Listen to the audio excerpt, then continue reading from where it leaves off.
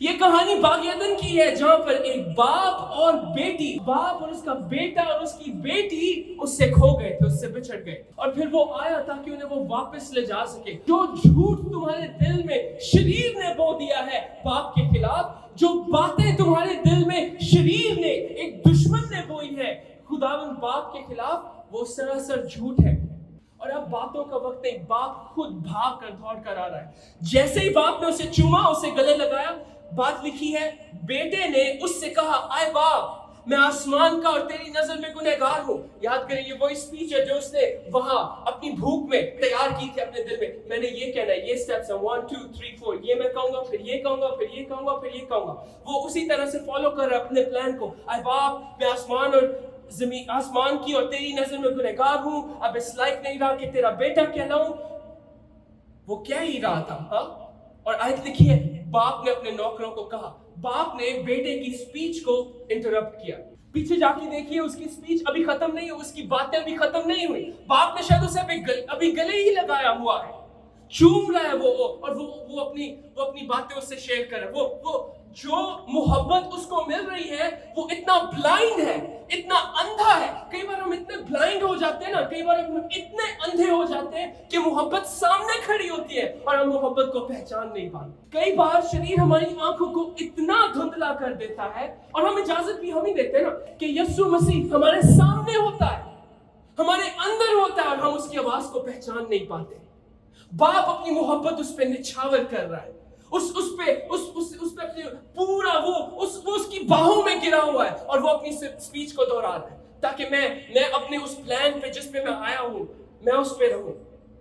باپ نے انٹرپٹ کر کے کہتا ہے نوکروں سے، اچھے سے اچھا لباس جلد نکال کر اس سے پہناؤ، اور اس کے ہاتھ میں انگوٹھی اور پاؤں میں جوتی پہناؤ۔ آپ مجھے ایک بات بتائیں، اس گھر کے اندر سب سے اچھا لباس کس کا ہوگا؟ بادشاہ کا ہوگا نا۔ اچھے سے اچھا لباس نکال کے لایا جائے اور میرے بیٹے کو پہناؤ، اس کے ہاتھ میں انگوٹھی پہناؤ، اس کے پاؤں میں جوتی پہناؤ، اور لکھا، اور پلے ہوئے بچڑے کو لا کر ذبح کرو تاکہ ہم کھا کر۔ آمین۔ کیونکہ میرا یہ بیٹا مردہ تھا، اب زندہ ہوا، کھو گیا تھا، اب ملا ہے، بس وہ خوشی منانے لگے۔ آمین۔ اور کہانی یہاں پہ ختم ہو جانی چاہیے تھی، ہے نا؟ کہانی یہاں پہ ختم ہو جانی چاہیے تھی۔ ایک باپ اور ایک بیٹا دونوں ایک دوسرے سے بچھڑے ہیں، اب وہ ایک دوسرے کے پاس آ گئے ہیں، باپ کی محبت ظاہر ہے، بیٹا باپ کے ساتھ ہے، اور جو اس کی سوچ میں بھی نہیں تھا کام، جو اس کی انٹینشن میں بھی نہیں تھی چیز، وہ اس کے لیے ہو چکی۔ اب کہانی یہاں پہ ختم ہو جانی چاہیے تھی، لیکن کہانی ختم نہیں ہوئی تو پھر آگے پڑھیے۔ لیکن اس کا بڑا بیٹا کھیت میں تھا۔ کہاں تھا؟ اوکے۔ جب وہ آ کر گھر کے نزدیک پہنچا تو گانے بجانے اور ناچنے کی آواز سنی، اور ایک نوکر کو بلا کر دریافت کرنے لگا کہ یہ کیا ہو رہا ہے۔ اس نے اس سے کہا، تیرا بھائی آ گیا ہے، اور تیرے باپ نے پلا ہوا بچڑا ذبح کرایا ہے کیونکہ اسے بھلا چنگا پایا۔ وہ کیا ہوا؟ غصے ہو، اور اندر جانا نہ چاہا، مگر اس کا باپ باہر جا کر اسے منانے لگا۔ اس نے اپنے باپ سے جواب میں کہا، دیکھ، اتنے برسوں سے میں تیری خدمت کرتا ہوں اور کبھی تیری حکم عدولی نہیں کی، مگر تو نے کبھی ایک بکری کا بچہ بھی نہ دیا کہ اپنے دوستوں کے ساتھ خوشی مناتا۔ لیکن جب تیرا یہ بیٹا جس نے تیرا مال متا قصبیوں میں اڑا دیا، تو اس کے لیے تو نے پلا ہوا بچڑا ذبح کرایا۔ اس نے اس سے کہا، بیٹا تو ہمیشہ میرے پاس ہے، اور جو کچھ میرا ہے وہ تیرا ہی ہے، لیکن خوشی منانا اور شادمان ہونا مناسب تھا، کیونکہ تیرا یہ بھائی مردہ تھا، اب زندہ ہوا، کھویا ہوا تھا، اب ملا ہے۔ ایک بیٹے کی ہم نے بات کی، اب دوسرے بیٹے کی بات کرتے ہیں۔ یہ دوسرا ایکٹ ہے سٹوری کا۔ بیٹا باپ کے ساتھ جاتا ہے، پلا ہوا بچڑا اب ذبح ہوگا اور ایک ضیافت تیار کی جاتی ہے۔ باپ نے اناؤنس کیا ہے سب لوگوں کو کہ میرا بیٹا جو مر گیا تھا، چاہے وہ زمانے کے حساب سے مر گیا تھا، چاہے وہ ہمارے ٹریڈیشن کے حساب سے مر گیا تھا، چاہے وہ اپنے گناہ میں مر گیا تھا، جس طرح کی بھی موت تھی، ہر طرح سے جیسے بھی وہ مر گیا تھا، اب میرا بیٹا زندہ ہے۔ ٹھیک ہے؟ اب زندہ ہے، اب ضیافت ہوگی اور پلا ہوا بچڑا اس کے لیے ذبح کیا جائے گا۔ اب دوسری بات یہاں پہ، جب دوسرے بھائی کو پتہ چلتا ہے، جو بڑا بھائی ہے، تو وہ پہلی بات تو ہم یہاں پر یہ دیکھ رہے ہیں کہ وہ ضیافت میں یعنی اندر جانے سے انکار کر رہا ہے۔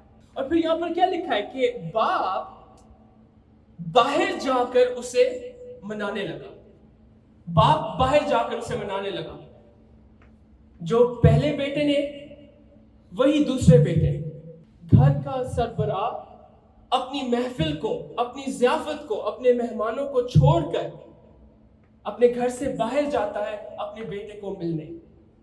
پہلی کہانی میں بھی باپ اپنے گھر کو چھوڑ کر دور اپنے بیٹے کو دیکھتا ہے اور چھوڑ کر اپنے گھر کو اپنے بیٹے کے پاس جا رہا ہے، اسے منانے کے لیے، اسے چومنے کے لیے، اسے تھامنے کے لیے۔ پھر سے باپ اپنے گھر کو چھوڑ کے، محفل کو چھوڑ کے، اپنی ضیافت کو چھوڑ کے دوسرے بیٹے کے پاس جا رہا ہے اسے منانے کے لیے، اسے بات کرنے کے لیے۔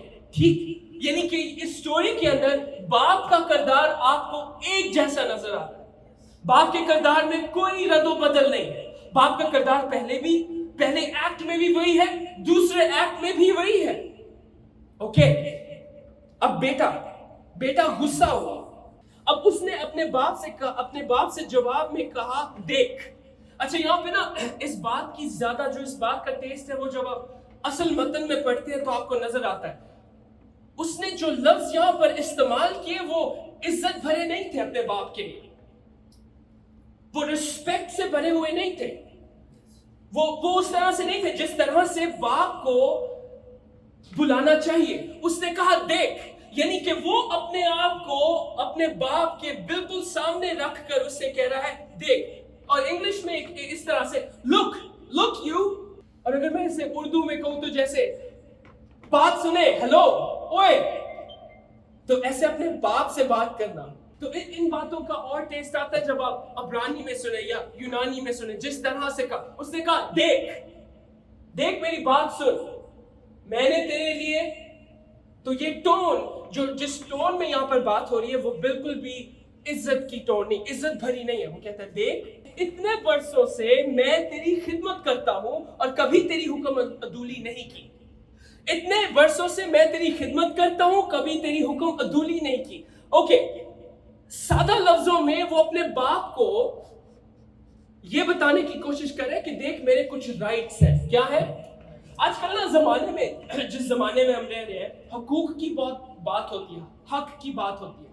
یہ میرا حق ہے، آپ نے بھی سنا ہے، ہم بھی جانتے ہیں، دنیا آج بہت بات کرتی ہے، یہ میرے رائٹس ہے، یہ ہیومن رائٹس ہے، یہ ویمنز کے رائٹس ہے، یہ عورتوں کے رائٹس ہے، یہ ڈسیبلڈ لوگوں کے رائٹس ہے، یعنی کہ حق ہے، یہ آپ کا رائٹ ہے۔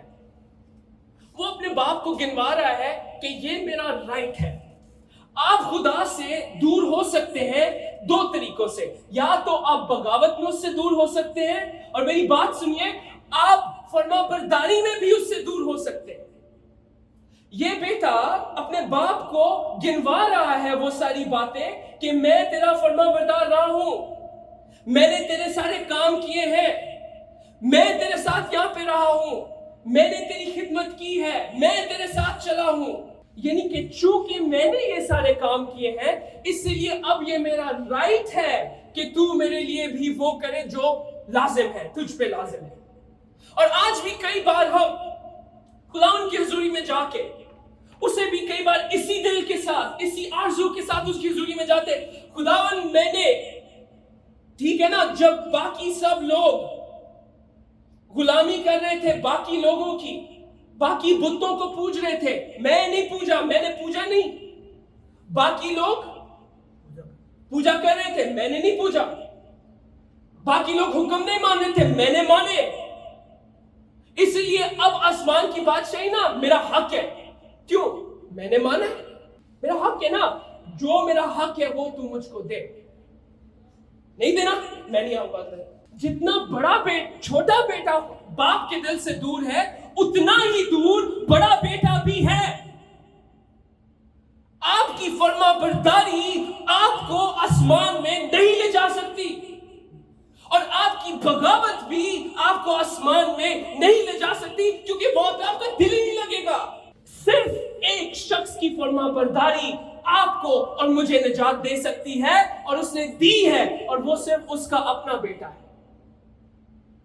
اس بیٹے کے دل میں ذرا جھانک کے دیکھیے, یہ اپنے باپ کے خلاف کھڑا نہیں ہونا. کیا یہ اپنے باپ کے نو کانفیڈنس ووٹ نہیں ڈال رہا اپنے باپ کے خلاف کہ تیرے ان فیصلوں میں میں تیرے ساتھ نہیں ہوں؟ تو یہاں پر ایک پھر سے دھڑاڑ آ گئی نا, میں نہیں اگری کرتا باپ کے ساتھ. اور بات سنیے, یہاں پر یہ سٹوری نا, اس سٹوری کا فنش نہیں ہوتا. آپ کو پتا ہے, ہمیں نہیں پتا کہ بیٹا اندر گیا یا نہیں گیا. کیوں؟ خداوند یسوع مسیح نے یہ سوال اپنی آڈینس کے لیے چھوڑا. پھر سے جائیے پہلی آیت. تب کون لوگ تھے؟ مسئول لینے والے اور گنہگار اس کے پاس تھے, اور فریسی اور فقیہ بھی اس کے سامنے کھڑے تھے. الزام کیا لگا؟ یہ آدمی گنہگاروں سے ملتا اور ان کے ساتھ کھانا کھاتا ہے. دو طرح کے گروہ ہیں, دو طرح کے, بڑے بھائی اور چھوٹے بھائی. دو طرح کے خوشی کو پانے کے بھی طریقے ہیں. ایک وہ جو بغاوت کر کے خوشی کو پانے کے لیے نکلا, سب کچھ لوٹ کے, سب کچھ لے کے اس نے خوشی کو پانے کی کوشش کی. ایک وہ, اور دوسرا وہ جس نے سوچا کہ اگر میں ساری زندگی اچھا بچہ بن کے رہوں, فرما برداری کروں, تو پھر میں اپنے باپ کا مال حق سے پا سکتا ہوں. دونوں کو مال ہی چاہیے, باپ کسی کو نہیں چاہیے. باپ کے دل سے دونوں دور ہیں, اپنے اپنے طریقے سے ہوں گے لیکن دونوں دور ہیں. اس لیے نجات کا رستہ نہ لیفٹ ہے اور نہ رائٹ.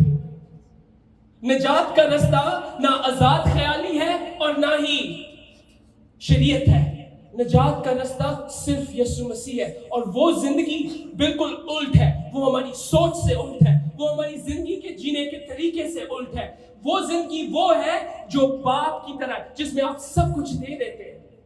اگر آج یسوع مسیح آ کے آپ سے کہے جو کچھ تیرے پاس ہے تو مجھے دے دے, جو کچھ ہے تو مجھے دے دے, آپ کی زندگی کیا گزرے گی؟ شاید آسان ہو, ہاں ٹھیک ہے لے لے.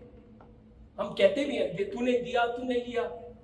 پر اگر آپ سے خداوند وہ چیز مانگے جس سے آپ بے حد محبت کرتے ہیں, جس طرح اس نے ابراہیم سے مانگی, جو شاید اسی نے آپ کو بہت دیر کے بعد دیا, وہ عزت, وہ وقار, وہ چیزیں, اگر خداوند آپ سے وہ چیز مانگ لے, آپ ایک دفعہ کے لیے حیران ہوں گے نا. آپ کہیں گے خداوند تو نے دیا تھا, مانگ بھی تو ہی رہا, یہ کیسے ہے؟ کیونکہ خداوند آپ کو جینے کا, سوچنے کا, زندگی بسر کرنے کا طریقہ سکھا رہا ہوتا ہے. خداوند آج آپ کو کلیہ دے رہا ہے, اور کلیہ بہت سمپل ہے. خداوند کے کلام میں لکھا ہے جو محبت نہیں رکھتا, جو محبت نہیں کرتا, وہ خدا کو نہیں جانتا, کیونکہ خدا محبت ہے. اور محبت کے بہت ساری ڈیفینیشنز ہیں دنیا میں, لیکن حقیقی ڈیفینیشن صرف ایک ہے. بائبل کہتی ہے محبت خود غرض نہیں ہوتی, محبت اپنا نہیں سوچتی, محبت سب کچھ تباہ کر دیتی ہے آپ کے لیے.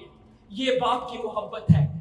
باپ کو بیٹے نے لوٹ لیا, باپ پھر بھی وہیں بیٹھا ہے. وہ اسے کہہ رہا ہے آجا بیٹا, اندر آ. ایک نہیں, دو کھوئے ہوئے بیٹے.